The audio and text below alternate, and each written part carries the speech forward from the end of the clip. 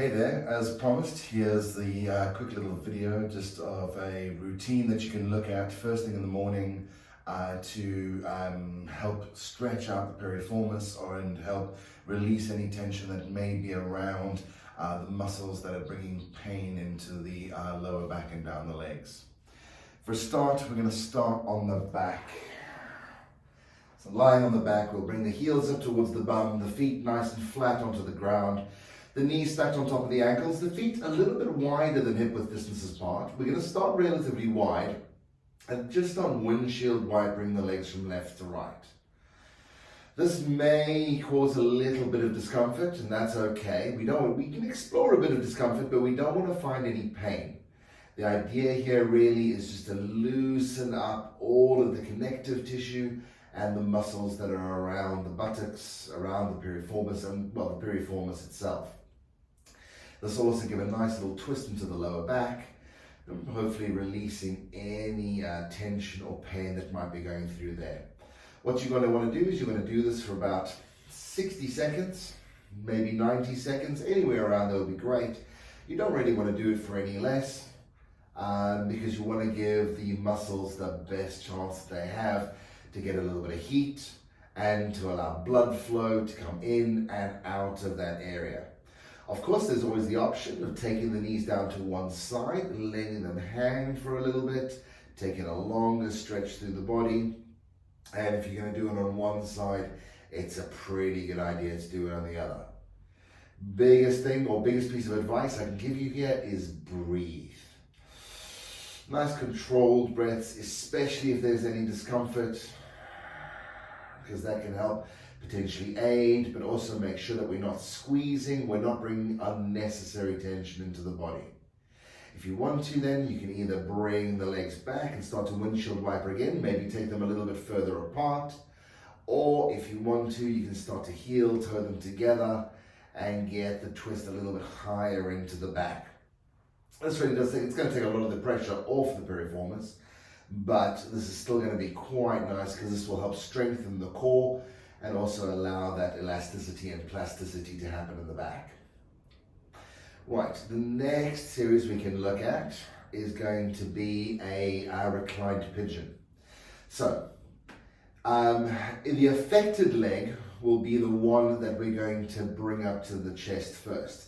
So I'm going to start with my left foot on the ground. I'm going to bring my right knee into the chest, for example, if it was my right hip that was hurting. We're then going to open up the hip and take the right ankle on top of the knee. So we've got this sort of lovely figure of four shape. This already may be enough that it's too much. So if this is a problem, feel free just to go back to the windshield wiper. I've done these kind of sequentially to give you the maximum amount of pain relief that we can. If, however, this is okay and we can continue a bit further, once again, we can look at doing a little bit of a windshield wipe, adding a little twist to it. And once again, about 60 seconds, 90 seconds will be more than enough.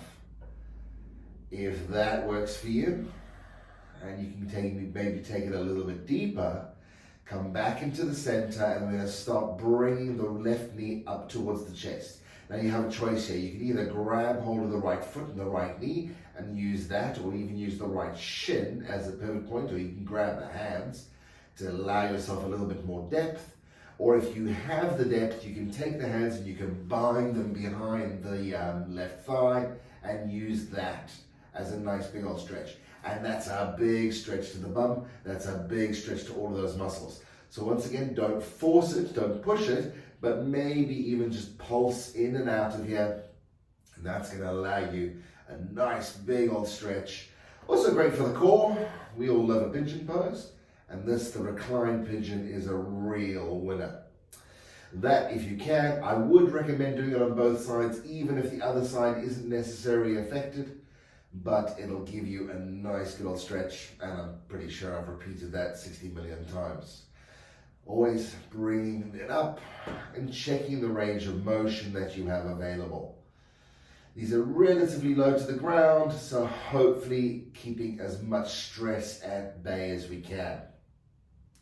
The other one we were looking at that I mentioned to you that's going to be nice for stress relief is the Mackenzie technique, and that's going to bring us over onto the belly.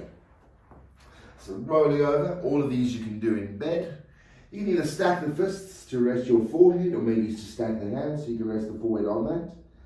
And then as you inhale, gently start to lift the head, the heart, the hands. Or the head and the heart. What am I talking about? The hands. The hands can remain flat. You can even bring them next to you or into a Sphinx pose. And just adding that little back bend should hopefully be enough.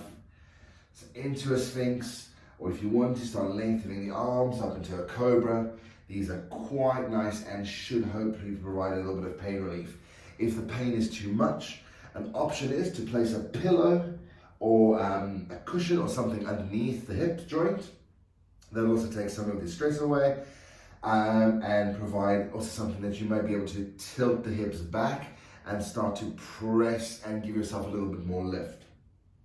Other option here, and I'm just going to do it because the camera is on this side, is the one we discussed, where you'll bend the left knee and bring the leg up and through to the side.